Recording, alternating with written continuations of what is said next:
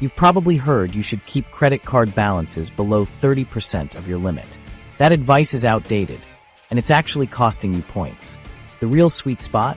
Using less than 10% of your available credit, ideally between 1 to 9%. Why does this matter?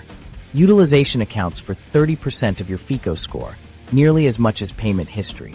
Think of your credit utilization like managing your game character's energy levels. If you're constantly running at 30% or higher, you're not optimizing your performance. But keeping it in the 1 to 9% range? That's like staying in the green zone. Your character is at peak efficiency, and so is your credit score. Here's how it works. Credit card companies report your balance once per month, usually your statement balance. It doesn't matter if you pay it off in full later. Whatever balance shows on that statement gets reported to the credit bureaus. This means you could pay your bill in full every month and still show high utilization if your statement cuts with a high balance. Let's break it down with an example. Say you have a $1,000 limit card. Instead of sticking to the old 30% rule, $300 balance, aim for under $90, 9%. Even better, keep it at $10 to $20, 1 to 2%. One viewer tested this. At 30% utilization, her score was 712. At 9%, it jumped to 738. At 1%, it hit 753. That's a 41-point difference just by managing when balances report. To take full control of your utilization, use the AZEO method, all 0 except 1. This strategy ensures perfect utilization across all cards while maintaining some reported activity. Here's how to do it.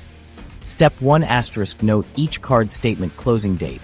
Call customer service if unsure. Step 2 *, pay all cards down to $0 a few days before their closing dates.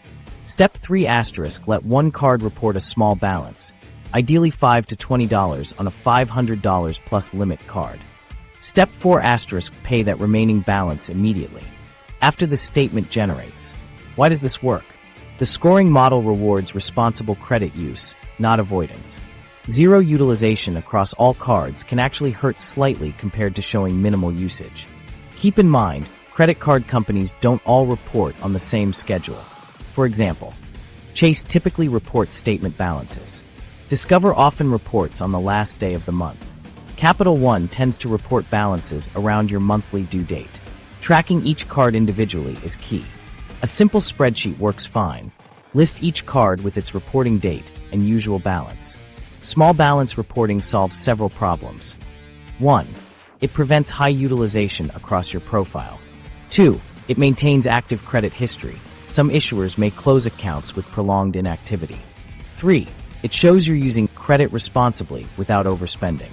One cardholder with 15 accounts uses this system religiously, letting a $1.99 Netflix charge appear on one card each month while keeping the others at $0. His score? 811.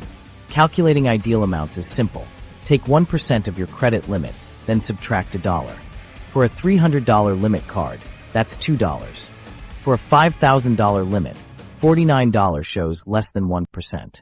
These tiny balances still register as active usage while maximizing your score.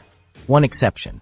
If you have subprime cards with very low limits, e.g. $200 or less, letting $0 report may be better than showing even 1% utilization, since such small limits don't help utilization ratios much. Timing your payments is critical. Most issuers take 1 to 3 days to process payments, so pay at least 3 business days before your statement date to ensure the payment posts in time. Don't wait until the due date. That's often weeks after the balance already reported. Some institutions even let you change your statement date, which can help consolidate reporting across cards. A few other things to keep in mind. Closed cards *, even if you close an account, its limit remains in your overall utilization calculation for FICO scoring, though not Vantage score. Closing old cards with high limits can spike your utilization percentage, so always calculate your total credit limits versus total balances before closing accounts.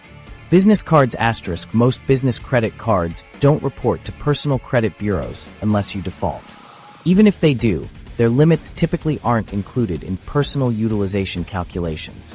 Store cards * retail cards often have tiny limits, $300 to $500, that are easy to max out accidentally. A $150 balance on a $300 limit store card means 50% utilization, enough to drag down your whole profile. Either avoid using store cards entirely or pay them down before the statement date every month. Authorized user accounts asterisk when you're added as an authorized user. That card's balance and limit factor into your overall utilization ratio. Before accepting authorized user status, verify the primary user keeps utilization low on that card. The magic number to remember is 8.9%. FICO's scoring model doesn't differentiate between 1% and 9% utilization in terms of points earned, but crossing above 9% causes a noticeable score drop.